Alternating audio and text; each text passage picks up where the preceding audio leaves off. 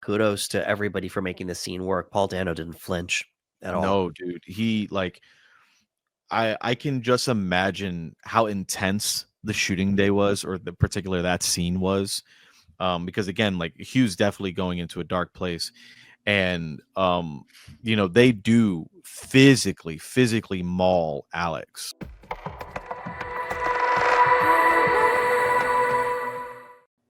Hello, friends. I'm Anderson Marchak. And I'm Ricardo Segura. And we are the Panel Bros. Welcome to the panel. Welcome to the panel. Yeah. Well, here we are. Oh, yeah. Ricardo and I were speaking, and it's been some time since we did a director's filmography. And this is a director that we've been talking about for some time now. And this is going to be the English language films of this director, because that's when we got introduced to him. And so we're doing Denis Villeneuve, and it's such a filmography to date. But we're going to start off with the first movie here. And as we stated, it is directed by Denis Villeneuve. It was released September the 20th of 2013. And today the Panel Bros are going to be doing a breakdown for Prisoners. There's a couple films that I saw from Denis that, like, as I kept watching his filmography, I was like, man, this is one of those directors I want to constantly keep my eye on. And we had conversations that, that's one of the things we would talk about, like all up and coming directors. And, I don't want to name drop his other films because we're going to get to them, but there's just a couple where I was just like, dude, this guy's on my radar now. Like, right. Denis is absolutely on my radar. He's one of those directors that if he's got something out, I'm immediately intrigued. And Prisoners, since we are talking about that movie today, I can say is one of those films. What a heavy film, man. Like, this is a heavy film. And it takes something that is based in reality and is probably one of the scariest things anyone could experience, and Denis just captures it in such a unique light. And I was looking forward. Well, looking forward, it's hard because this is one of those movies. Again, it's very heavy. It's a very heavy movie. I will say yes, I still look forward to watching this movie, but every time I do, it's like I got to mentally prepare, because again, it's pretty heavy, and Denis doesn't hold back, and he offers some great twists and turns, and we get some stellar performances that we're going to go over as well. But yeah, I'm looking forward to talking about this one. I haven't seen this movie in a while, and of the filmography, it's not one that I kind of look forward to. Dude, I'm telling you, it's heavy. I won't watch it often. I'll, some of his other movies, I don't mind putting on if I want to watch it, but this is the one where I kind of just like, man, you got to mentally prepare yourself. It's heavy. Yeah, it's a heavy film. Yeah. But yes, there's several performances in here that we will get to, and let's get started. Yes. Alrighty. So we have our opening scene here, and you see the woods. It's covered in snow. You hear our lead character, played by Hugh Jackman, Keller. He's reciting the Lord's Prayer. And we hear him throughout the movie do this. He quotes scripture a lot in this movie. He's hunting deer with his son. His son shoots the deer, and on the way home, they have a conversation about always being ready, a lesson that his father taught him. And I did read here, there's no opening credits. It's just a title card. Yeah. So, yep. We just get right into it here. In Conyers, Pennsylvania, the Dover and Birch families are celebrating Thanksgiving. And after dinner, girls Anna Dover and Joy Birch, they go missing after playing on a parked RV. Yeah, dude. So you get nervous. You start getting nervous as Keller's looking for them, and then the families both start looking. So immediately it's just like, oh no. Yeah, like obviously we get that we get the holiday feels, right? They're having Thanksgiving dinner. You got the wives in the kitchen, the husbands out there setting up the table. You have the older siblings hanging out with one another. People are laughing, having a good time. They're playing music. The kids are outside playing. As you mentioned, they find his RV. They're kind of playing on it. And the older siblings are like, nope, don't play on it, let's get back.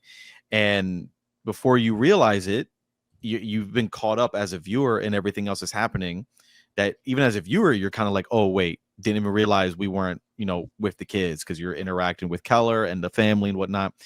And I can't tell you how scary this scene is. I can't tell you, because I remember like one time with my oldest, I walked into my kitchen, came back, and she just wasn't in the spot that I left her in. You know what I Right. mean? Like in the living room. I was just like, and just like that, I was like calling her name, and she's like, I'm over here. And I'm like, oh, thank God. That was only for like 5 seconds, dude. That was only a 5-second situation where I was just like that quick. I was like, well, wait a minute. She's not where I left her. So I can only imagine how something like this feels. And I hope that I never do. I hope that no one else does. This thing is, it gets your heart rate going, and you see Keller and everyone start to, like, things start to escalate. Like you have one character being like, all right, everyone calm down, relax. But Keller's on it. And Keller's like calling out her name, screaming, where were they? Where did you see them? Where was it? You saw the RV. Okay, where was the RV? Where was this? And your brain is going a mile a minute. And like, I texted you as I was doing my rewatch, and I was like, dude, I forgot like how scary this is. Like, this is a scary situation. It's not a horror movie in essence as a genre, but it's extremely scary. And you just have this, what was going to be a beautiful Thanksgiving dinner just turn into a complete nightmare. And right away, as soon as Keller is aware that there was an RV that is no longer there, he's on the phone with the police, and we're getting the ball moving. But man, oh God, man, what a scary intro. So we're then introduced to Detective Loki, played by Jake Gyllenhaal. Loki responds to a police call about an RV matching the description, and he arrests the man inside, Alex Jones, played by Paul Dano. Mm-hmm. During interrogation, Loki realizes Alex's diminished IQ prevents him from planning a kidnapping, and learns that his RV contains no forensic evidence of the missing girls. Yeah. So this is where we start learning about Alex's character a little bit here. Mm-hmm. You have doubts because his appearance, and this is just Paul Dano, the actor, he tends to play roles where the character has an odd look, Mm-hmm. and his mannerisms, like, you have these doubts, Mm-hmm. you're like, well, I don't know if he did it or not, Yeah. Yeah. They when they introduce him, he tries to flee. When confronted by Loki and police, he tries to flee. So immediately I was like, okay, yeah, this guy's trying to run. Like, no, this guy's trying to run. And I was like, but if he doesn't have the girls on him, where are they? But as you mentioned, the more he's interrogated, you start to realize about this character's IQ. And I think even Loki mentions that he has the IQ of a 10-year-old, which would make this idea of planning and plotting a kidnapping. Not only that, but as you mentioned, they found no traces of anything in the RV. And the idea that this individual with an IQ of a 10-year-old would be able to plot, kidnap 2 children, and be able to clear out and clean the trailer of any evidence at like right before he's caught, is like, the possibilities are extremely low. But like you, I'm still having somewhat of a doubt, again, because he fled the scene. And I'm wondering, like, what is an act versus what isn't an act. Again, this is very early on in the movie, so I'm just kind of like, no, don't let this guy to your sight. Something's off. We've been introduced to this RV for a reason, and I'm like, if he's driving it, there's more to this RV than we know right now. But they're planting seeds of doubt very early on. We shift forward here where we get the scene between Loki and Keller's wife. And Keller is trying to get answers. He's understandably upset Mm-hmm. because the girls, they're still missing. And he starts, he's talking to him, and he's like, well, how can you have the mind of a 10-year-old and still be able to drive an RV? Yep. And Loki's just like, well, he got his license, so that's why, you know? Mm-hmm. Um, Keller gets worked up and he starts cursing at Loki, and obviously he's upset, And then the wife, she's just a mess. Yeah, oh yeah, She's yeah, a wreck, and you know he's like screaming. It's like, sir, you need to calm down. yeah. You know, I like this scene a lot because Loki is maintaining his composure, yeah, and even though Keller is absolutely losing it, because and it's a great performance from Hugh, but Keller, it's rising throughout. He doesn't come in right away just yelling. He is taken back. He's kind of like, what do you mean? Like, he fled. Why did he run away? Why would he run away? If he had nothing to do it, why would he run away? How does he have a license? You're telling me he's got the IQ of a 10-year-old, but he has a license and can drive. That doesn't make sense to me. And Loki doesn't have the answers. And he's kind of like, listen, we're not tossing out any possibilities. We're looking at all possible outcomes here. That's what we're gonna do. And Keller is dropping F-bombs and yelling. And again, Loki's just kind of like, I just need you to calm down. And Keller does this thing where he kind of sucks it all back in, and like you can see his eyes watering, and he apologizes. He goes, right. "Look, I'm sorry." And that's a really, really good moment, because I think that, it's completely understandable for him to react that way. And I'm glad that Loki doesn't escalate the situation by either yelling back or just saying, "This is my job." Like, no, he's just like, "Look, this is my job. This is what I do. I'm gonna find her. Like, I'm gonna find her. Maintain your composure." And he's like, "Look, I'm sorry. I'm sorry. It just doesn't make sense. I just need you to look into him and everything else." It's a really good scene. The wife, as you mentioned, just in shambles. Like, I don't think there's a moment in the movie where she's not broken, you know.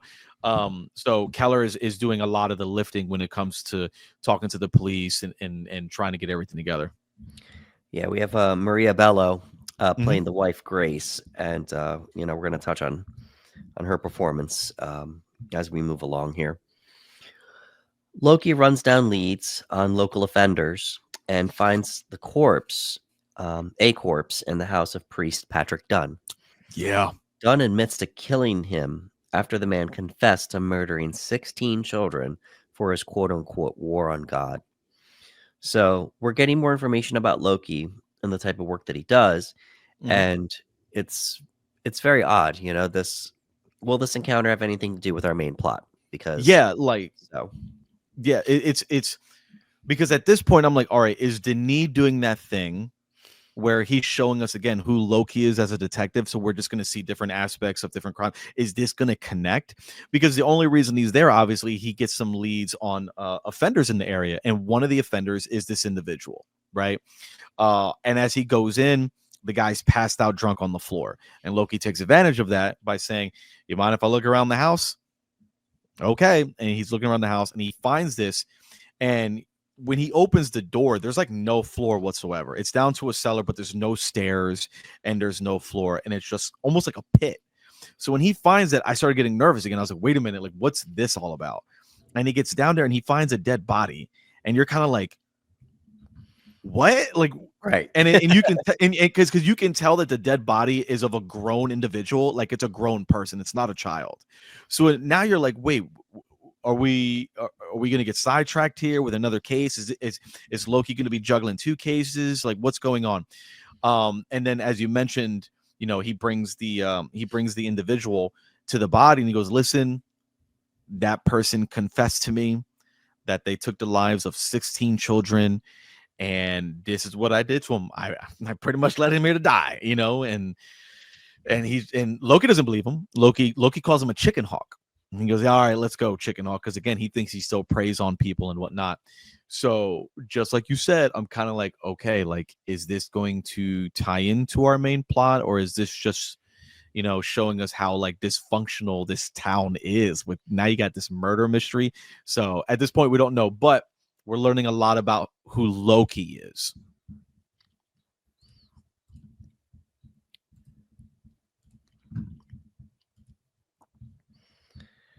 so the police have to end up releasing Alex because they couldn't find enough evidence. Mhm. He goes back to his aunt Holly, and convinced of Alex's guilt, Keller Dover, the father of one of the missing girls, assaults him outside the police station, where Alex whispers to him, they didn't cry till I left them. So, we see Loki talking to Alex and the ants, and before we get to that, it's just like you're having doubts Yeah. if Alex did this. Now he said something. Yeah, You like know, again, I'm the first time I saw this, I remember going like, "Oh my god, Alex is faking this."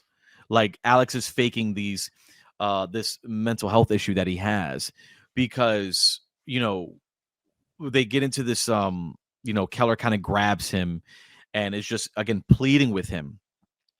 And there's no yelling from Alex. It's just very much like they didn't start crying until I left them.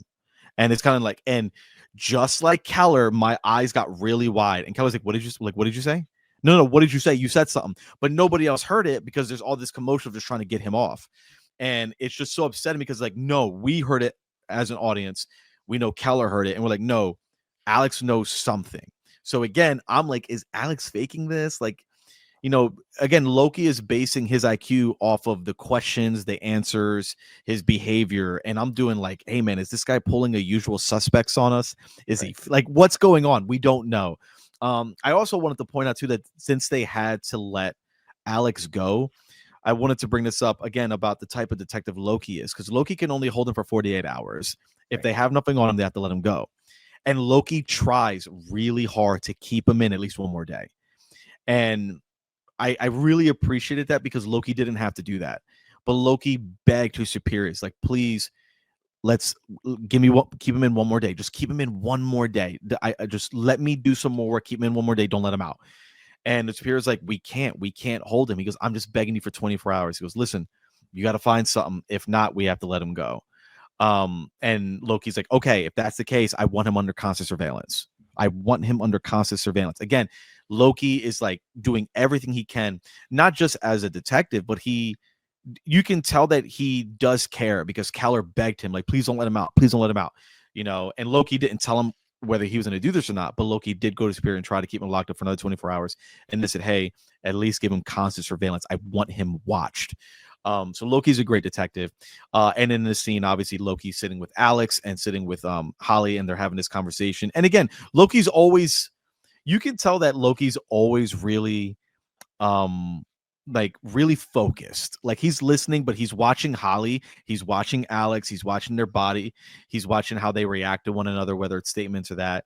And again, I'm starting to feel a little weird because Alex is like, when Loki says, Keller believed you said this, Alex is like, no. He You know did what I not. mean? And Yeah. I'm like, nah, dude, see, something's up. Like, no, something's up. I'm like, Alex is lying, Alex is lying, Alex is lying.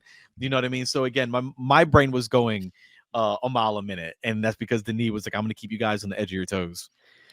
Yeah, he denies it obviously, and Mm-hmm. then now we know. Okay, he's lying about something, Yes. but we don't know what Mm-hmm. yet. Yep. So we shift to the mom, Grace, just losing it on the bed. She's crying. Um, she's a wreck, for the Oh yeah. movie. Um, Keller's trying to get her medication to calm her down, and she drops this line: "You said you could protect us from everything."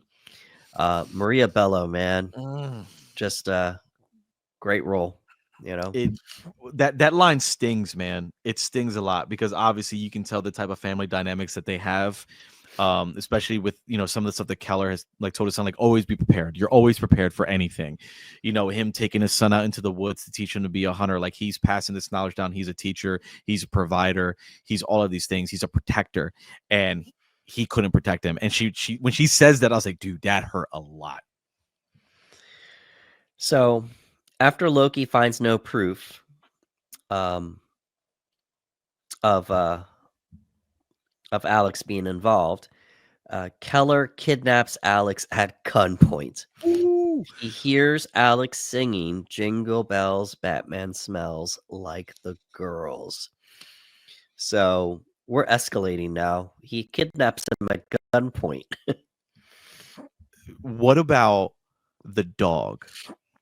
In this scene, He lifts the dog up by just the collar, and the dog is whimpering, and Alex is just watching. And I was like, dude, I'm telling you, something is off with Alex. I was like, he's not letting Alex is not letting us in.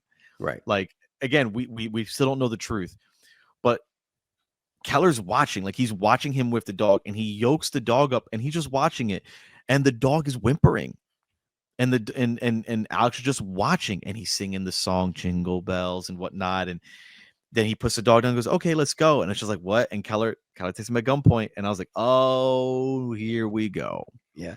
So we're in it now. It's Mhm. about 45 minutes into the movie that it takes this turn.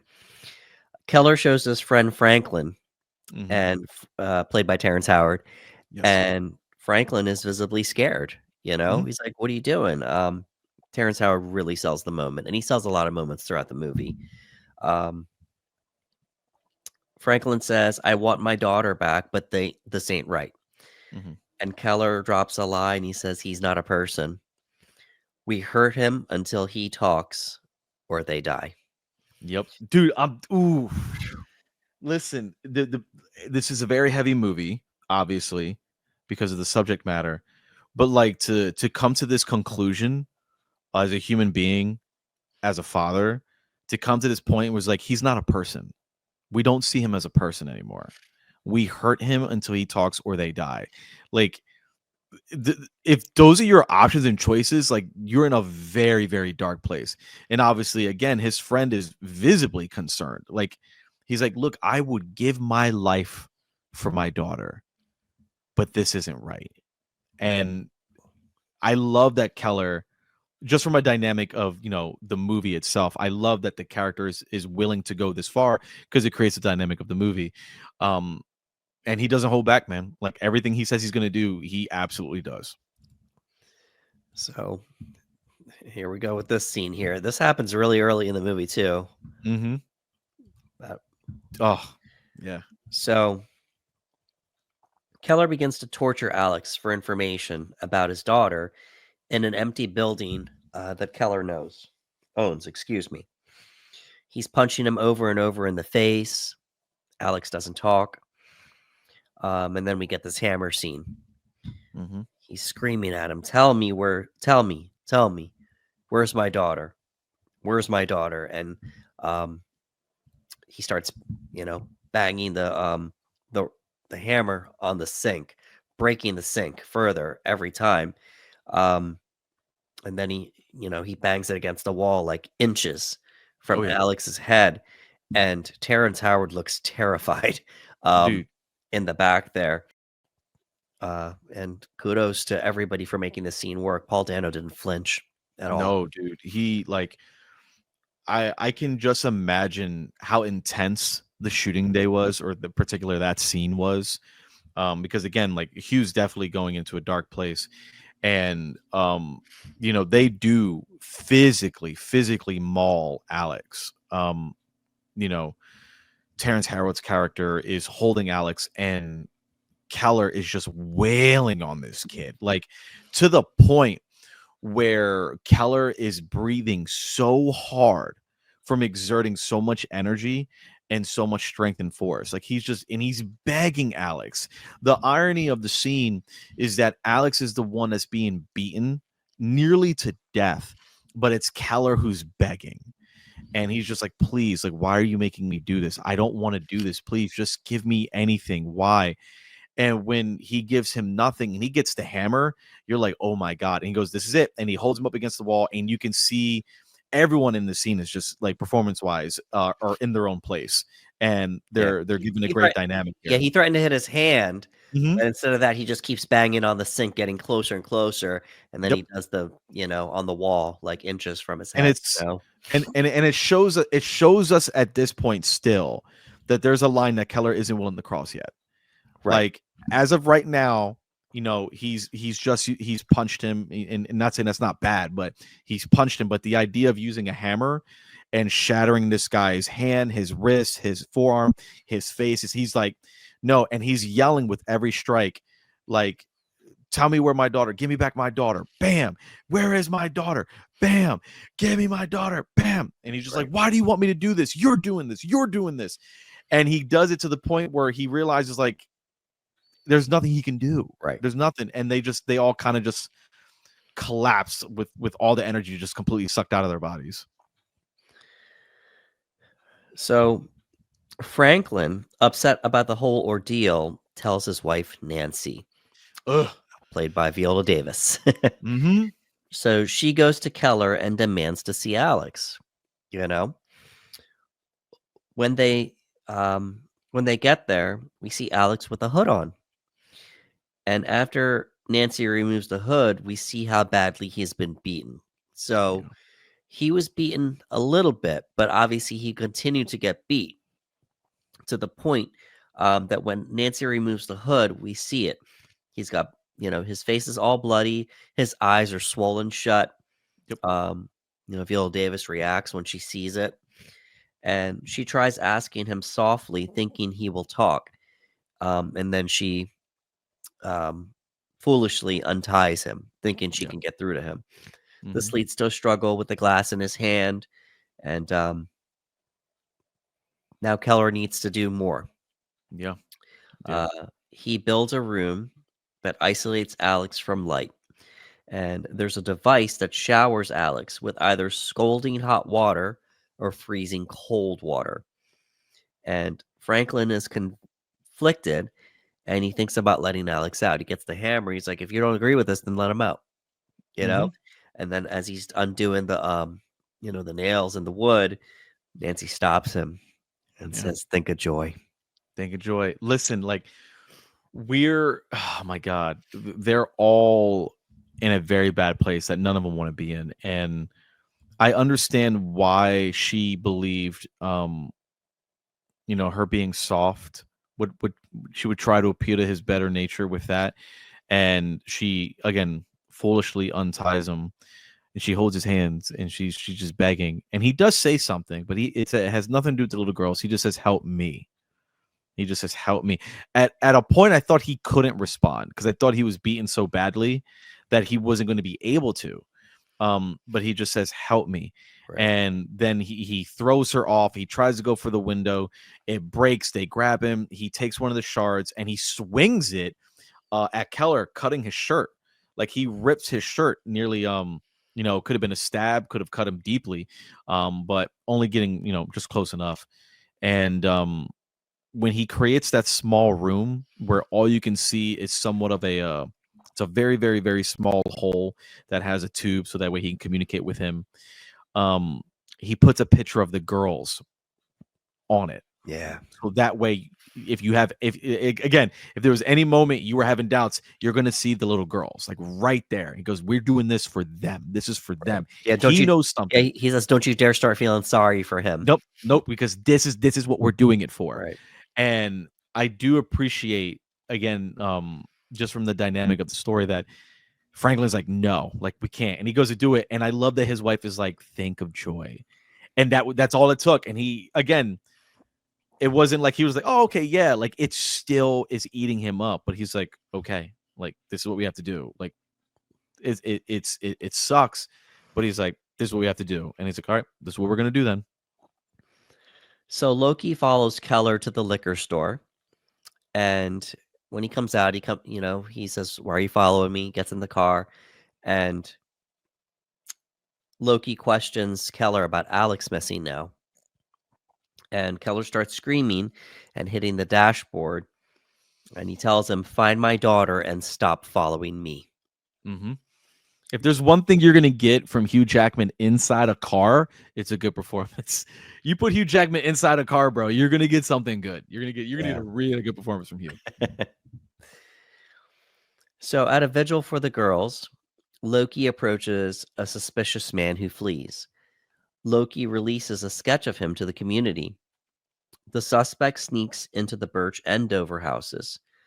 Grace, Keller's wife, hears him and calls Loki. He tails Keller to the empty building where Keller claims he goes to drink. So we shift forward here now to a scene where Keller is torturing Alex with the scalding hot water. And he turns it on, and you hear Dano selling it. He's screaming. Oh yeah. Um, and he drops the line, this can stop as long as all you have to do is say something. I want to let you go. I just want the girls. You Mm-hmm.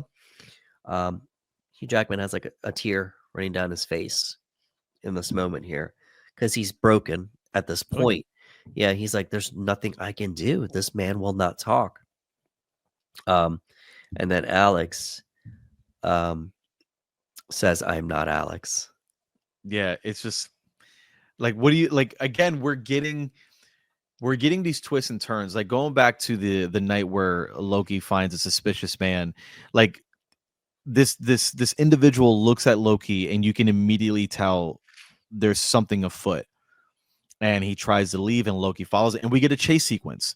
So now we're kind of like, oh, who's this person? Right. Right? Like we've got Alex, we had the priest who had a dead body in his basement, and now we have this other individual. So again, we're back in that situation of going like, well, who is this? Why did this guy flee? Like, why did he come here to the candlelight and see Loki, feel uncomfortable, and legitimately sprint and attacks Loki? He like jumps out of a tree and attacks Loki and just runs. And you're kind of like, well, who's this guy? You know what I mean? So we have that aspect, and now they're messing with us even more because while he is, torturing Alex, and again, I think that with Keller, as the movie progresses, like he's getting more and more beat up himself because he's like he doesn't want to do this. Like and you see him just completely winded. Um, and he turns the water on, like the scalding hot water, and he's burning Alex, dude. He's just burning him, and you hear him screaming. And again, we're in the situation where Keller is begging him. He's like, "Please, I don't want to do this. Just tell me." And when he does the "I'm not Alex," you're like, "What does this mean? Like, what do we? What's happening?" Again, we're like, what do you mean you're not Alex? What does that mean? Again, like the movie is doing, the movie's taken something that could have been very, like just a very simple plot and like adding all these extra layers to keep us on our toes. Because when he said this, I was like, I don't know what's going on. And Keller is like, "Are you messing with me? Like, what's going on? Like, like, why are you playing games? Like, what's happening here?" But again, now we got something new threw in with the "I'm not Alex," and it's like, oh, what does that mean? So Loki does find the building Mm-hmm. where Keller's been keeping Alex. He doesn't find Alex, and Keller's telling him like he pretends, because he saw him earlier that day, so he pretends like he's passed out from all the drinking and such. And then Loki has the nerve to say, "I'm not going to find two girls here, am I?"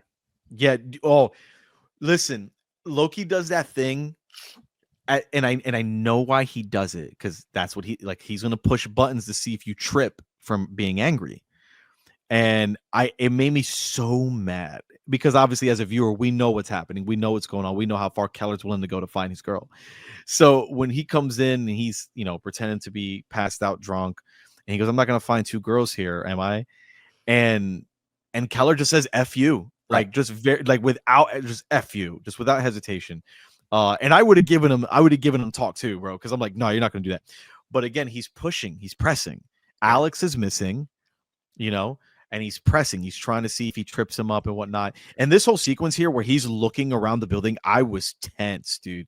The Right. first time I saw this movie, I was like, I was worried of what Keller was going to do should Loki find Alex.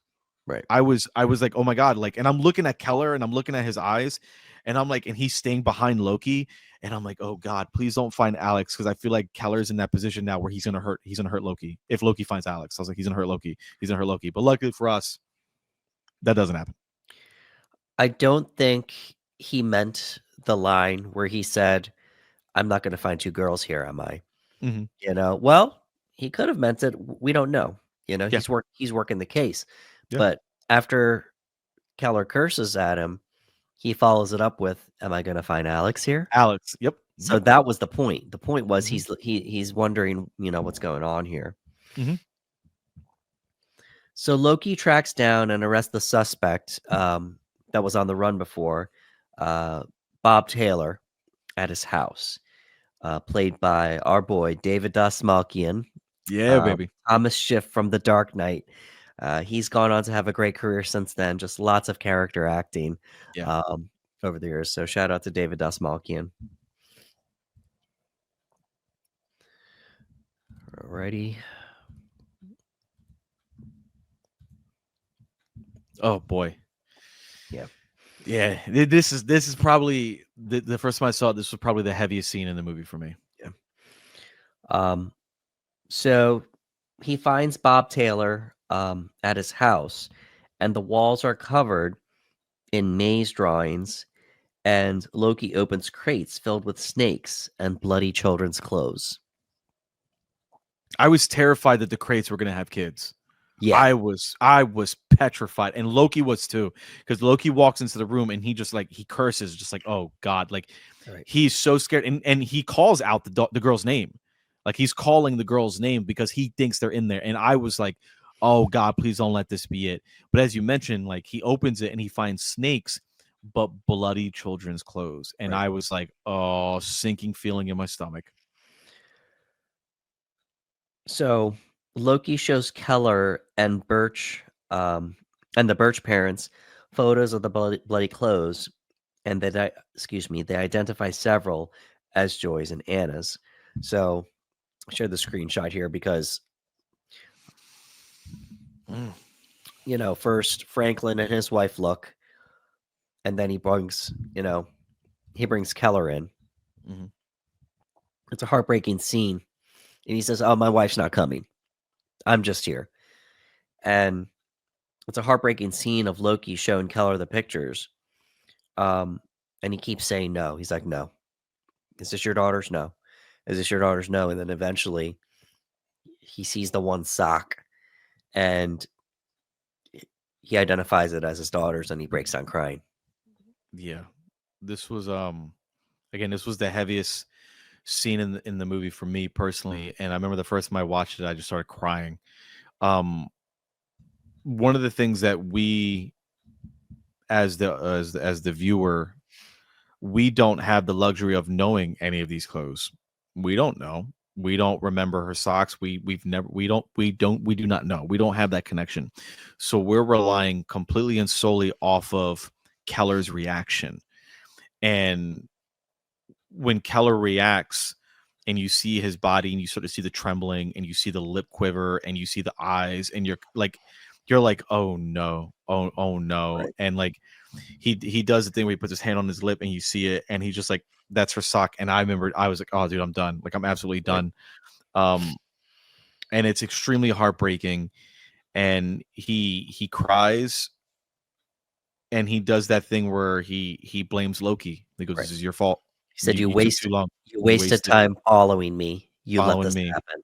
Yep. And So Loki again, I appreciate that Loki never jumps off, never jumps off or anything like that. He just takes it because he understands like what these parents are going through. Like he gets it as a detective. And he's just kind of taking it. He's just kind of taking it. Goes, you did this. This is your fault because you wasted time following me instead of going out and doing what you needed to do.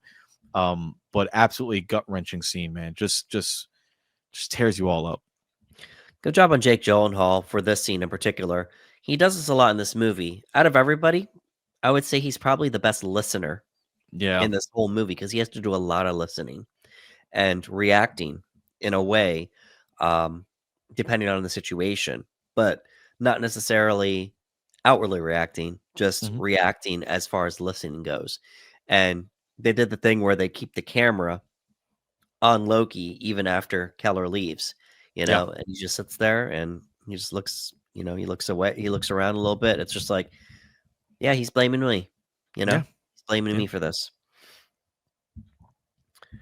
So as Taylor draws detailed mazes, Loki assaults him, demanding the location of the girls. In the middle of the scuffle, Taylor grabs an officer's gun and takes his own life. Oh, yeah. Um, and they were getting somewhere, Mhm. and then unfortunately, um, he takes his own life, and they show it too. Oh yeah, dude. And like they thought he was drawing where the bodies were. Like they were under the impression like this maze he was drawing was where the bodies were. So they were getting somewhere. But Loki is so angry and frustrated. Again, he doesn't react with Keller. He doesn't do that. But the moment he gets to be in the room with this guy, he goes off the rails. He grabs him, he slams him, he wants the information. He's like, "Where are they? Where's this?" And unfortunately for him, the other detectives come in, pull him off. He grabs the weapon, and they're begging him not to do it. Like they have their guns drawn on him too, and they're kind of like, because obviously he can turn the gun on them, and they're begging, "Don't do this, please, don't do this, don't do this." And he's just like, "No, it's okay, I'm gonna do this," and he does it. And like you said, they show it, and great reaction from Jake Gyllenhaal as Loki. Just kind of like he starts to cry, like he breaks down. He's like, "Oh my god, get anything in here," because he's like, he knows what this means. It's not necessarily Loki is upset that this supposed predator or child killer is dead. It's the idea that any information he could have gotten from this guy is now gone. Right. And it's like he doesn't get the answers. If these girls are alive anywhere and this guy was the one, he's got nothing now. And it's just it's a tragic scene. So Keller continues torturing Alex, who cryptically talks about a maze. And at this point, we're pretty confident Alex didn't do it, but he knows where the girls are. Yeah, I'm like, dude, Okay. And like several times before, all we can see is the one eye as the light's shining in. Um, as far as Alex goes, we never see him again fully, because he's probably a mess at this point. Oh yeah. He's been But you're beaten and talking about tortured. probably third-degree burns, bro. Like you're talking bad. He's probably burned. Um, and then also it's been days that he's been in there, so he's probably just looks awful. So that's as far as that goes. Keller visits Holly, learning that Holly's the aunt. Yeah. Learning that Alex's stuttering comes from a childhood accident involving snakes her husband kept. Holly and her husband lost their faith after their son died of cancer, and they adopted Alex as a way to cope. Loki matches the maze pattern in Taylor's drawings to a necklace depicting a maze worn by the corpse that he found in Dunn's house. Connections. Yes. Now we got some connections, and it's like, wait a minute. And like, look, this is when Loki like destroys his cubicle, man. Like Loki is just absolutely, if it destroys his cubicle, and it does that thing that we've seen in movies where things kind of just fall into place. And he looks down and he sees he sees the photograph of the corpse that he found earlier with the maze necklace, and he's looking at the drawing, and he's kind of like, "Oh, connection." And I was like, all right, we're gonna connect these. Okay. At Taylor's house, Loki is informed that most of the bloody clothes are store-bought and soaked with pig blood. Below a window outside the Dover house, Loki finds Taylor's footprints and a sock matching Anna's, which Keller had earlier identified. The drugged Anna and Joy, yay, they're still alive. They attempt to escape, but only Joy gets away and is found and hospitalized. When Keller questions a woozy Joy, she remembers little but tells him, "You were there." He immediately reaches out, because then it hits him. Oh, I know where you guys were. I'll be honest with you, bro. The first time I saw this, when she said you were there, I panicked. I was like, wait, where has he been that we've been there? Like, I was like, what does she mean he was there? Like, what, like, and not necessarily because I thought he was in on it, but I was worried about how everyone else in the room was going to interpret that information. Right. Because you see it. They all kind of look at him and they're kind of like, oh, well, maybe she's confused. But you know for at least a second, everyone in that room heard that and looked at Keller and go, what does she mean by that? But no one's saying it yet. So like, I got so scared when that happened. But like you said, it clicks. All of a sudden, Keller goes, without saying a word, and he flees the room, and it's like, oh my God, he knows. So clearly he figures out where the girls were. Loki gives chase and arrives at Keller's building, expecting to find him, but instead he finds Alex. Keller goes to Holly's to find Anna. They talk for a while, and then Holly pulls a gun on him. She explains that before the disappearance of her husband, implied to be the corpse in Dunn's basement, they abducted children as a part of their war on God to avenge their son's death Yep. and to create demons out of the traumatized parents. This is twisted. Yeah. Yeah. Alex was their first abduction. Taylor was their second. Holly imprisons Keller in a hidden pit in her yard where he finds his daughter's whistle. Um, she makes him drink like the poison to drug him. Mm-hmm. And he does a great job in this whole movie. But Oh yeah. um, I put it down here. Just even this part where he has to drink that soda or whatever it is, he just puts himself into it. You Oh know, yeah. like Like they're he like he knows he's gonna poison himself, but he's just yeah. doing it. You know, Because like he says it. He goes, "I want to see her. I want to see my daughter. I want to see her." And she goes, "You drink that would be the easiest way for you to do that." Like and he's just like, "All right," and he drinks it. This whole scene again was extremely intense because it's that situation of like she has the gun on him. It starts to come out. She's aware that he knows, and he says it. He comes in. He goes, "I don't want to hurt you. I don't want to do that. I just want my daughter." And she already has the gun out and he's reached for his bag. She's not allowing it. And you know that, like, oh man, any second she could pull that trigger. But there's always this part of me that was like, Keller, you can take her. You know what I mean? I right? was like, come on, Keller, you can take, but he can't risk it. He We, cannot. we've seen too many action movies Yeah, because we're exactly. thinking he could bum rush her. I was like, yo, You bum know, rusher, bum rusher, bum rusher. right? But in reality, like the reality of the situation, like No, this is not a movie, is like, no, he can't at all because it just takes her to pull that trigger once and it's over. right, And it's just like, no. So he wants to see her and she's like, drink this. You have to drink this amount for a guy your size. So you're like, all right, this is going to make him very woozy. And she takes him outside, makes him move the vehicle. She handcuffs him. And again, the entire look, and this is me being silly now. When she pressed the gun against his head in the car, I was like, that's the moment, Hugh. Keller, grab it. But again, that's just me being right. like, action Strive. movie time. Yeah. But again, like she drugged him, so he was already feeling the effects. And when she shows him the pit, she's like, maybe your daughter's in there. Right. Maybe she's in there, go. And he's like, I'm not going in there. And she goes, well, she was in there for a while. We should have kept her in there. We should have, but we took her inside. That's no problem. But you're going to go in there. And he's like, you're going to have to shoot me because I'm not getting in that hole. And she obliged. She shoots him in the leg and eventually gets him in. And I was extremely scared. I was like, oh no, is this going to be the end of Keller? Because if it is, I'm going to lose it. But yeah, she gets him into the hole. But we got a lot of information finding out that Alex was, the child that she abducted and has been keeping all these years. And like, that's a lot because you're like, oh no, Alex is a victim. You know what I mean? It's like, Yeah. oh no, like Alex has been through so much. And then on top of everything that happened, he was physically abused now by Keller for days and days and days. But again, and again, I'm not justifying what happened to him, but the only I guess I don't want to say bright spot either, but at least now we do know that Alex was indeed aware. Alex was aware because Alex was the ones that brought them. Because she says it. She goes, just so you know, Alex never put a hand on your kids. He never hurt them.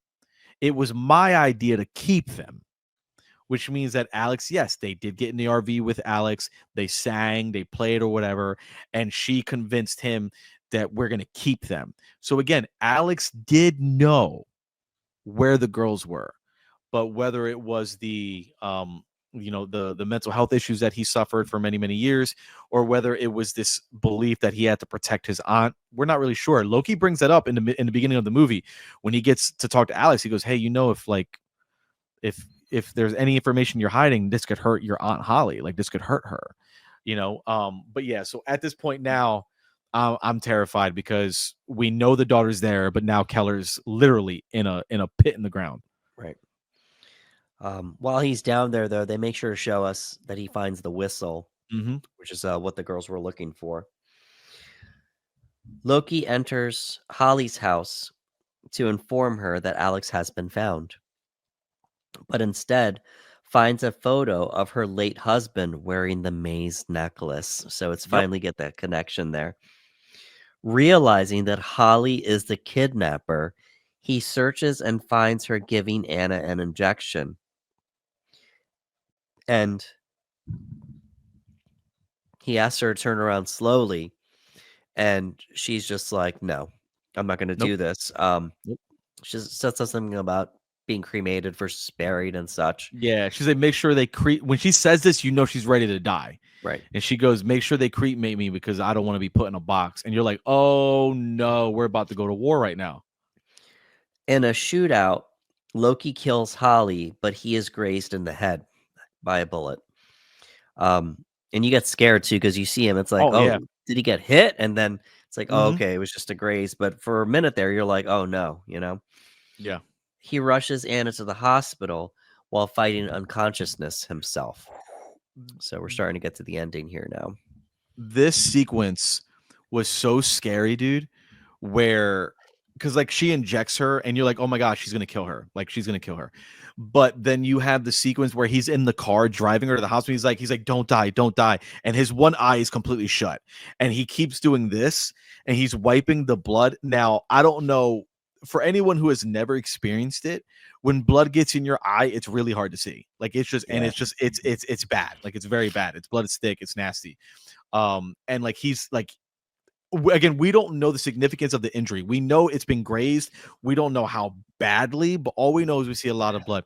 So you have that, and you have the idea that he's trying to drive in the worst weather imaginable, dude. Right. Like it's pouring rain. He's weaving in and out of traffic. Yeah. It's probably some slush from snowfall a little bit because again we're dealing with the winter, and it's just like I was so scared. I thought again the whole time I'm watching this the first time I was so worried we were gonna get a very bleak ending because I thought he was gonna crash. I was like, he's going to crash and they're not gonna make it. This ending's gonna kill me. But he does get her to the hospital, and I remember the first time I watched it, I got really emotional here because he gets into the hospital and he's like, somebody help me out. And his eyes shut and he's like, somebody help me. And then it just kind of fades to black. And I'm like, okay, all right, we got her there. We're good. We're good. We're good. So Ricardo, talking about the blood in the eyes, are you speaking from personal experience from your professional wrestling days? Absolutely. Alrighty. For those that don't know, when I used to wrestle professionally, I had a huge gash on my head. I had 7 staples put in and I had blood going to my eye. And I just remember doing this, like trying to like get it out and just so I can see clearly. So again, as I'm watching this movie, I couldn't imagine what it would be like to be driving with blood in the eye and at the same time trying to weave in and out of traffic, trying to save a little girl's life. So again, I was stressed watching this scene. So good acting choices from Jake Gyllenhaal then. Oh, absolutely. Absolutely. Yeah. Again, it felt like I felt it. Like I was like, no, I get it. Like, and the thing about like bleeding from your head, obviously, like it just keeps coming. It just keeps coming. It just keeps coming. So like, there's no stopping it. Like it's not, and you just have to keep doing that. You know what I mean? So it was just like, yeah, it was, I was extremely scared during this sequence. So we start moving towards the ending here. So, a recuperating Anna and Joy visit a bandaged Loki in the hospital room and thank him. He had a brief conversation between Keller's wife and Loki, and she's like, for what it's worth, like he hasn't contacted me. I hope you believe me. He says, "No, I believe you." And then, is he going to go to jail if you find him? He's like, probably. Yeah. Because he kidnapped and tortured Alex. It's going to happen. Yeah. Later, Loki wanders the crime scene at Holly's house, and that's the scene we're showing here, where he hears a whistle blowing faintly. Yeah. And they show Gyllenhaal like he's he hears, he's just looking right, and then he's he's like, no, I'm not hearing it, and then you keep hearing the whistle, and that's when they chose to go to black. Yeah, it like I was worried because obviously it's been at least more than 24 hours. It's been more than 24 hours. And the next day the forensic guys, they're like, "Hey, cuz they want to search the grounds. They want to see if they find any bodies, they want to search the area." And they're like, "The dirt is frozen." They're like, the ground is frozen. We're gonna have to wait.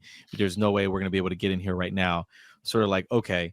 And obviously the twisted irony is that like it's his daughter's whistle. They even bring up in the hospital when she comes in, she has a Yeah. whistle, and he goes, "Oh, like is that your whistle? We thought you lost it. Oh, that's great, you have it." And the mom's like, "No, she did lose it. We just got her a new one, so her whistle's still out there."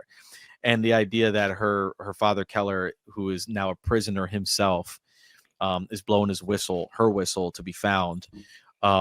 And they give us just enough. They give us just enough. Again, Loki hears the whistle, he turns.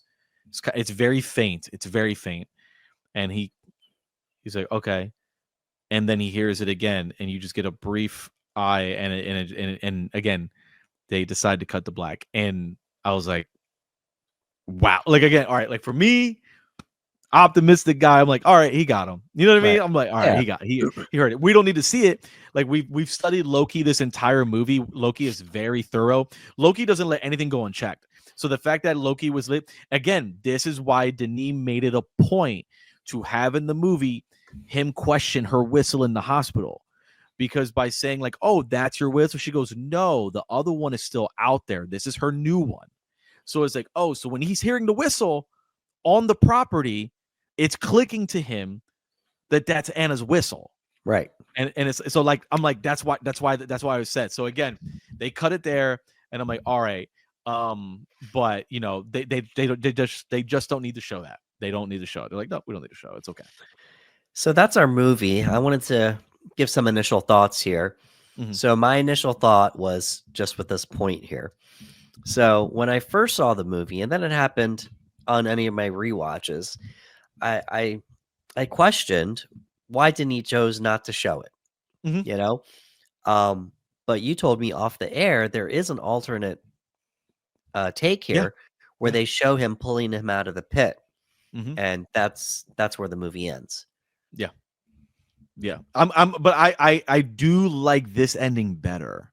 Right. I do like this, and I think showing him pulling him out, I think it shows too much. I think that is too much. I think that Denis made a good decision by not showing it, because it's weird enough that like showing him get him and pull him out of the hole, it's kind of like, okay, yeah, but at least on this aspect, we're relying on Loki. Like we rely on Loki to find him. Like we're relying on Loki to be the detective that he is. Like, and I think that's great in itself, because again, it also shows us that the last thing we know about Keller from the movie perspective is that he's a prisoner, that he's trapped, that he's in this hole. And again, you got this connection where everyone had become a prisoner in their own way. Like you had the wife. The wife was miserable, dude. She never left that house. She was always in bed. She was a prisoner in her own home.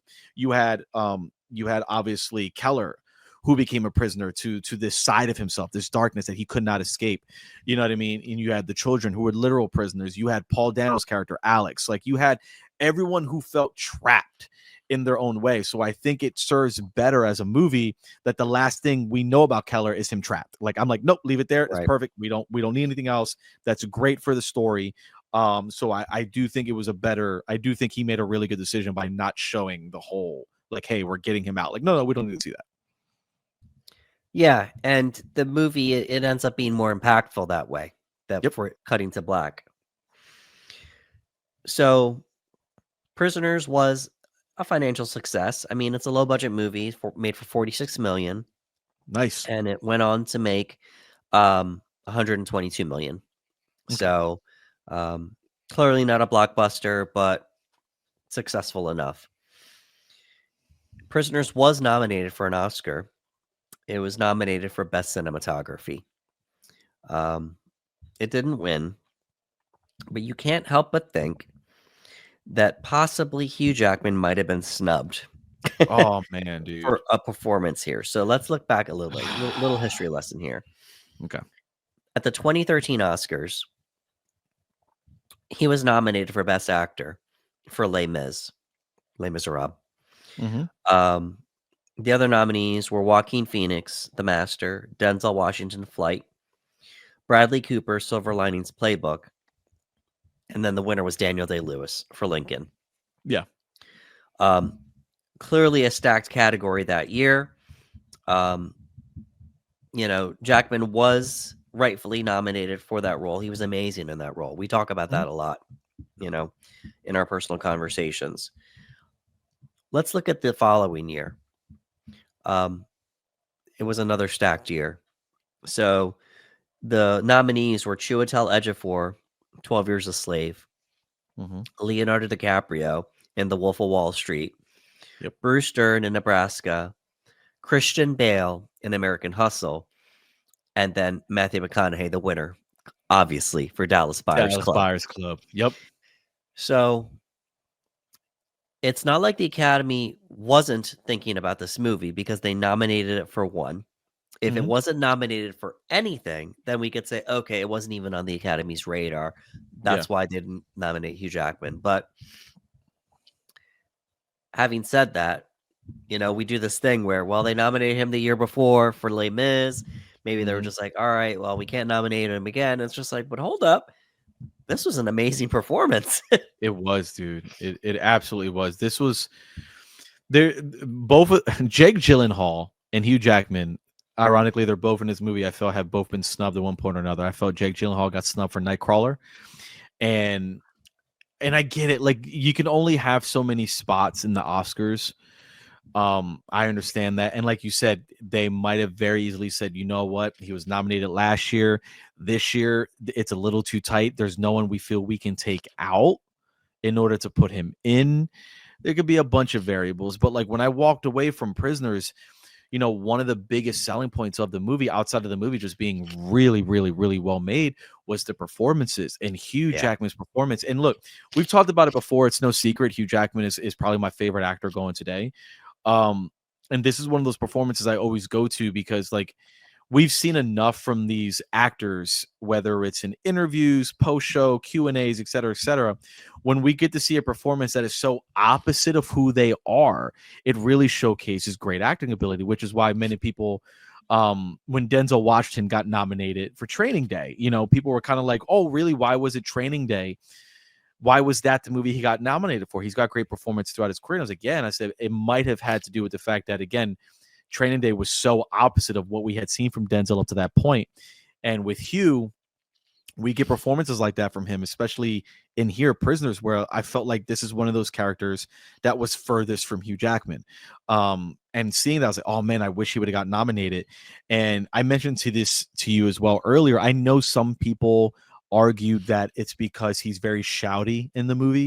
right, There's a lot of scenes where he's very loud, very just, in your face and over the top, if you will, with just like how loud he can be, like, give me back my daughter, whether it's with the hammer, it's in the car with Jake Gyllenhaal, find my daughter, punching this, get like, there's a lot of that in the movie. So I understand some people like, oh, it's a little shouty. I'm like, I get what you're saying, but that's not his whole performance. Like his whole performance is very, it's up and down. Like you got great moments like that, and you have somber moments. Again, the saddest scene in the movie for me is when he has to identify the children's clothes right. and there's no yelling from him. It's just very a broken individual. And again, it's an amazing performance.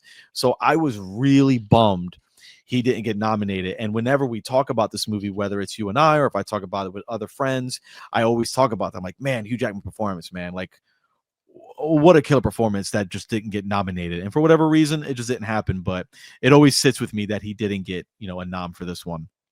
Yeah, and obviously his most iconic role is Wolverine. He's played him Mhm. so many times over the years, and we've seen him get intense in that role. But now it's an intensity, but in a more grounded movie. Yeah. So it's I wasn't thinking about Wolverine when I was seeing him No. yell and stuff like that. I'm thinking about Keller becoming a broken man trying to find his daughter. Mhm. Um, and for me, that's what made the performance. There's a lot of people that say this is his best non-Wolverine performance besides Ooh. this and Like, Les Mis. besides Les Mis. Yeah. Yeah, Yeah. this and Les Mis are like his two, um, Mm, you that's a know, strong one. you know. So I've heard that before. I I've can heard see that that before. actually. I can see And that. if it was nominated, there'd be no doubt for people to say, "Oh, that this is his one of his two best performances, you know. Oh But yeah, because and like you said, I think it's really really great because like you said, like we don't see Wolverine. Like I don't see Hugh oh Jackman and see Wolverine in this movie. I'm like, no, I see Keller. Like he does such a great job becoming his character. I see a father. I see a husband. I see a man who we see is a a very good dad, a very good husband, a very good guy. And to see him break it, to become the quote unquote demon that Holly was out to make, it's a fantastic performance. Like, come on. yeah. So let's do a little trivia here. I did mention this earlier. I'm going to mention it again. Prisoners does not have any opening credits, just the title of the movie. Mm-hmm. And here we go. The first time it was submitted to the MPAA, it received an NC-17 rating. Really? Was it for the violence? It was due to the tone and the subject matter. The Okay. film's torture scenes were later cut by a couple frames. I would Um, love to know it was the how far they went. it was so violent that they had to Yeah. cut it. NC-17, The Kiss of Death. Dude, that's It hard because usually when you think NC-17, you think for sexuality and nudity and things like that.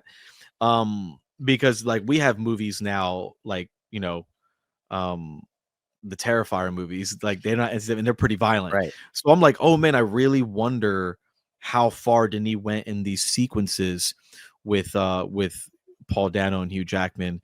And I think the subject matter, like you said, does play a role as well, mixed with the violence. But wow, that is the kiss of death. That you don't want that on your movie. Yeah. And apparently there were other scenes suggesting, I'm going to be careful here, abusing kids. Okay. And so that had to be cut too, but it was mostly Oh, okay. Okay. that it was mostly due to the torture. Like he probably just went all in Yeah. on Alex there. So Mhm. obviously they cut back and it got an R rating after the fact. Some notes here about the hammer scene. Hugh Jackman was asked by Denis Villeneuve to be completely ferocious for the next take. And that's the take that they used in the final version of the movie.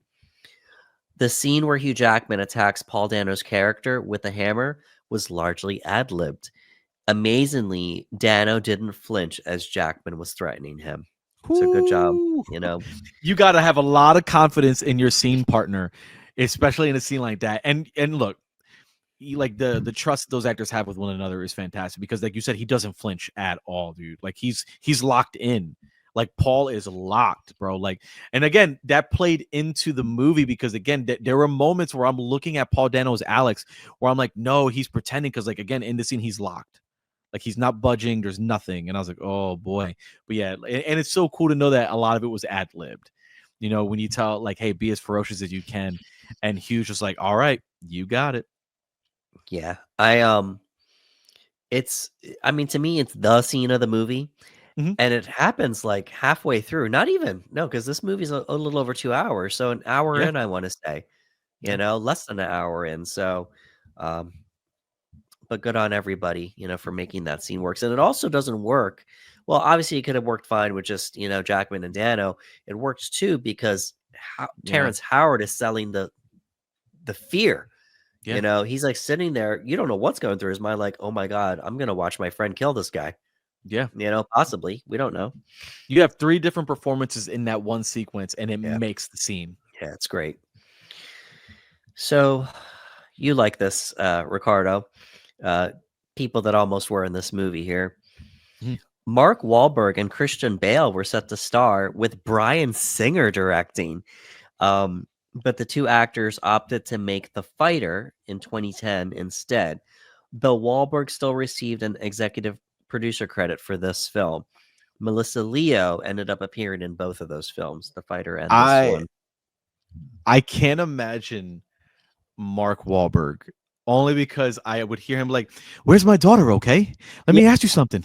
Hey, Alex, I'm gonna burn you with this water. Okay, where's Yeah. my daughter?" Like I'm like Mark Wahlberg. And it's nothing against Mark Wahlberg. And you said Mark Wahlberg and Bryan Singer directing. What a choice! Like, and I'm Well, like, oh wow, like I okay. don't know. Maybe Bale would have been Keller, and then Wahlberg would have been the cop. Oh, okay. That makes more sense Maybe he because was Loki. initially, okay, that makes more sense because initially I'm like Mark Wahlberg as Keller. I'm like, oh man, but Bale, Yeah, right? Bale. Because Okay, yeah, I could. Yes, I mean, to me, I would. That's who I would want to play Keller. I would want Bale to play, yes. and he's got the level of talent that Hugh Jackman does. Obviously, they're both See, phenomenal he- actors. here's the thing about Bale.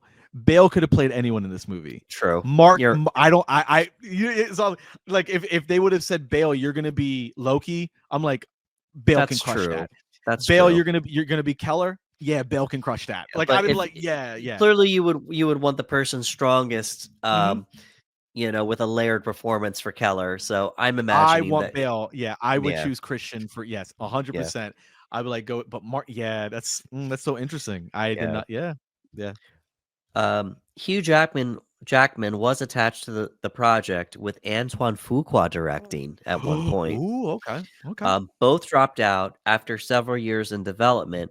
Jackman returned in the lead role. So this movie was on again, off again for a while.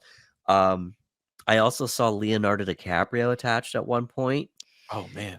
and once Denis Villeneuve was brought onto the project, Timothy Chalamet um, unsuccessfully auditioned for a role, and obviously they would collaborate later on for the Dune movies. So Timothy had to be extremely young at this point. I would say he probably was the son. That's my guess. Yeah, for his age, I'd be like, all right, he might have been the son because yeah, Well, right. well, if you remember, the following year he was in Interstellar in 2014, and he was very young in Interstellar. Yes, So yes. So my guess yeah, is he was probably going to be the son. okay, that That's makes what he sense. Yeah, because auditioned I'm like, for. wait, I'm like, who's he auditioning for? Oh, okay, okay. Yeah. So let's give some love to our cast here. Mm, Obviously, we have Jake Gyllenhaal as Detective Loki, Hugh Jackman as Keller, Viola Davis as Nancy Birch, Maria Bello as Grace. We have Terrence Howard as Franklin Birch, Melissa Leo as Holly Jones, Paul Dano as Alex Jones. We did mention him earlier, David Dastmalchian as Bob Taylor, and that's where I'm going to stop here. This is a stacked cast. bro, stacked to the gills, bro. This cast, Yeah. 100% stacked. And it's not like Villeneuve was well known at this point because he'd only done foreign language films. So this script was floating around for a while. And it appears that, you know, that after reading the script, these actors wanted to be a part of this. Yeah, yeah. Because again, you got like again, these are heavy hitters, dude. Like Hugh Jackman, Jake Gyllenhaal, Viola Davis alone, Terrence Howard, Paul Dano, you know, Maria Bell, like all of those people just playing off of each other. Like it's like, dude, like, and I get it. I get it. Haven't seen the movie. I understand completely why everyone wanted to sink their teeth into this movie. Yeah, I'm going to give a shout out to the writer, Aaron Guzikowski. So he's the Yeah. one that wrote it. And it's just trying to look here at the production situation here. So the script was written in 2009, Oh wow. Okay. and the movie didn't get released until 2013. So yeah, Mark Wahlberg, he wanted to be in it because he was producing as well, but it didn't work out. But he still ended up, being listed as a producer on the movie here. So that's it as far as our cast goes. I mean, there's Pick so a much. name, bro. Yeah, Pick there's a so much love name. that you can give to so many people. Oh yeah, when Viola Davis untied Alex, Mm-hmm. and then he, pushes her away so he can get out.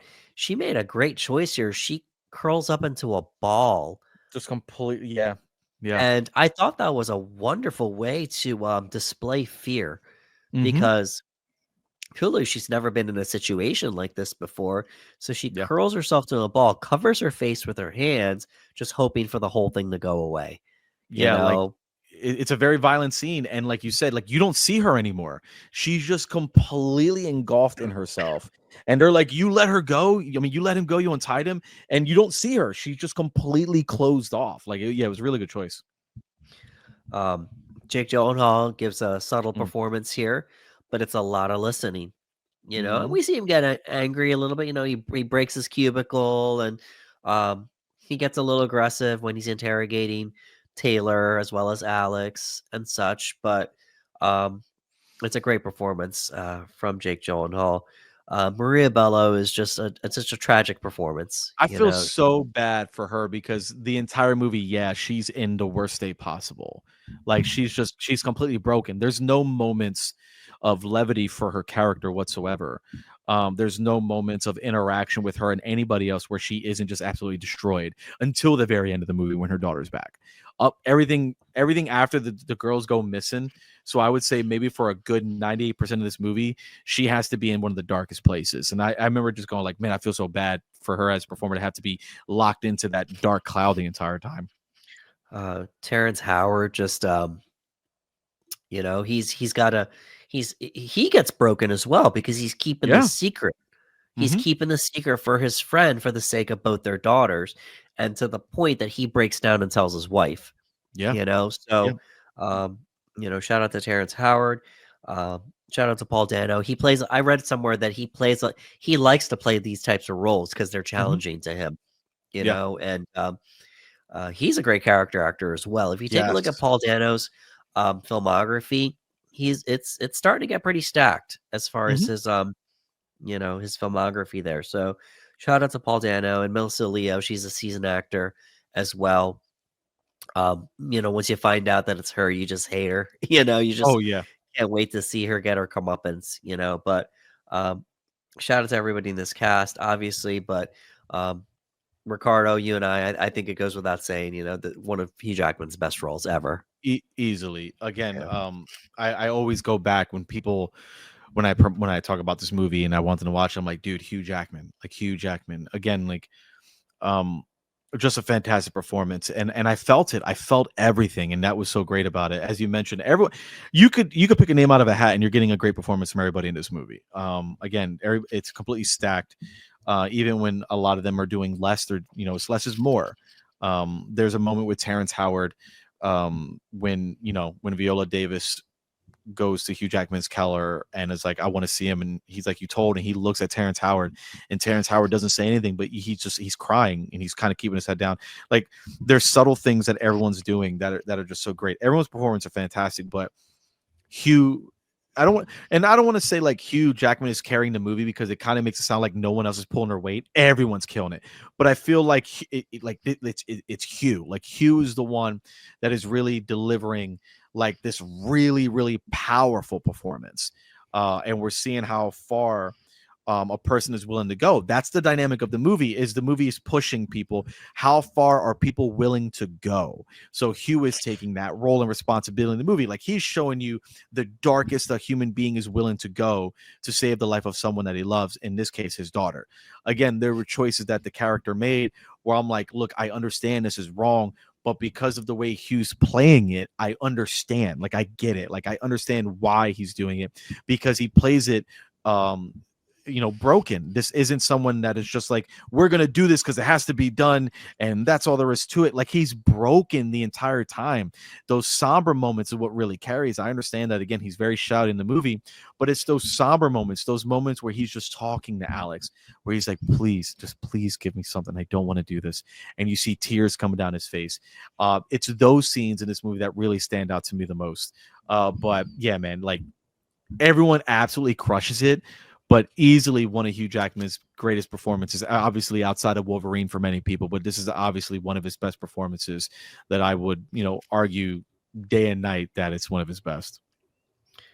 So we're gonna start wrapping things up here with our closing thoughts, and um, I wanted to just focus on um, the fact that this was his English language debut, Mm, and you know, when you get a cast like this, they do a lot of the heavy lifting for you. hmm. But Villeneuve still, you know, made a lot of choices, and he would go on to do some really dynamic movies after this. But this was a nice grounded movie. Um, how do you feel as far as this being his English language debut film? It's a very strong debut. not just because of the movie itself, but again, who he's working with, because this is his English debut. This is one of his first movies that he's bringing now to, I would say, the American audience in general, because we hate to say it, but a lot of American audiences don't venture out to movies from other nations, other countries, things of that nature, subtitles, et cetera, et cetera, et cetera. Sometimes people can't bypass that. For this to be his quote unquote first film in the English language that is going to translate to American audiences, it's a major hit. Like, it's just like, wow, like you would never feel in any way, shape, or form that this is a debut in any format. You know what I mean? But what a hit. And like you said, I loved how grounded it was. Because Denis does take we get some IP work in here in his filmography. We've got some major blockbuster feel movies, and then we have like grounded and intimate movies like this. And I think this is a great way to start, because I think what you want to show, especially in any type of debut, is how well you can just make a movie. Like, just make a grounded movie based in reality. We're not worrying about a massive IP. We're not worried about something like huge and blockbuster that you have certain checkpoints that you have to hit for a movie to be considered a blockbuster. He's like, no, like, we're going with Prisoners. We're going with this very grounded story that is all too well known in the world today, and make this captivating story with it. So like for a debut film, man, in the English language, like I don't think you could do much better than that, to be honest. Yeah, and it's a good thing it got released as his English language debut. I read that Enemy, the next movie we're going to do here, was shot before Prisoners was shot. Mm-hmm. So Enemy was shot but didn't get its English language, its American release until 2014, the year after Prisoners was released. But it's a good thing Prisoners ended up being his debut, because that just allowed him to gain momentum. We're going to talk about Enemy and how much that's just a completely different type of movie completely than different. Prisoners. So, and that's actually how Gyllenhaal got cast, because he worked with Villeneuve in Enemy, and he was ended up casted again for Prisoners. But to go along with your sentiment, it's an incredible debut for Villeneuve. Just all these well-known actors, and I mean, shout out to Ricardo. Jackman's his favorite actor. Yeah, baby. And you're not going to go wrong by putting Hugh Jackman as your lead. Such an amazing actor and such a layered performance. But shout out to everybody else. Just for for making this movie work here. But I guess when you think about it, though, Denis goes on to make movies with stacked cast that ends up being one of his things. Yes. Sort of like a Nolan. I think that reputation, man. I think people saw his work, and especially after Prisoners, and Enemy, and so on. People are like, all right, we want to work with this guy. The irony of Enemy being shot before Prisoners but released after, is that I watched Enemy because of Prisoners. Right. Once I saw Prisoners, and I was like, oh, does he have? Because Prisoners was one of those movies I didn't see right away. It fell through the cracks. I didn't see it in theaters. I saw it when it was released at home. I saw Prisoners. I really enjoyed it. And I was like, man, and I saw it because of what? Because the trailer showcased Hugh Jackman and Jake Gyllenhaal and everyone else. And I was like, okay, I want to watch that movie. After I saw it, I was like, oh man, who's the director? Who did this? And it was like Denis Villeneuve. And I was like, oh, great. Does he have anything coming out? Enemy. Okay, I'm going to watch it. And all because of Prisoners. So the irony is that even though Enemy was shot first, I watched Enemy because of how well received Prisoner was with me. And I was like, yeah, dude, like from right away, I was like, I'm going to like this guy. Yeah. And he's got some movies that I can't wait for us to talk about, because there's some in there where we talk about Oscar snubs for this movie. There's some other Oscar snubs for other movies that I have in mind here, as far as that goes. But I'm looking forward to it. I mean, folks, we could just put it down here just to let you know what you're in store for here. So next we're going to do Enemy. And after that, it's Sicario. Whew. Then Arrival. What a movie. Arrival. Yeah. Blade Runner 2049, which I know Ricardo loves. Bro, I'm gonna gush on that movie. Yep. And then Dune Part 1 and Dune Part 2. So it's an incredible filmography that Yeah, dude. yeah. And And we are he's gonna work with our boy Dave Bautista soon. And I'm like, yeah, baby, let's go. Yeah, dude, just what a filmography. yeah. So we're looking forward to doing those breakdowns for you folks. So alrighty. Folks, that was the Panel Bros official breakdown for Denis Villeneuve's Prisoners. If you could please give us a like, share, and subscribe on YouTube at the Panel Bros, we'd appreciate it. The more you do that, the more it helps our reach. Also, if you could leave a comment below, let us know how you felt about our breakdown of Prisoners, and also how you felt about these performances, and which movie from his filmography are you most looking forward to us discussing here. Please let us know in the comments below. For Ricardo Segura, this is Anderson Marchak saying thank you for coming to the panel.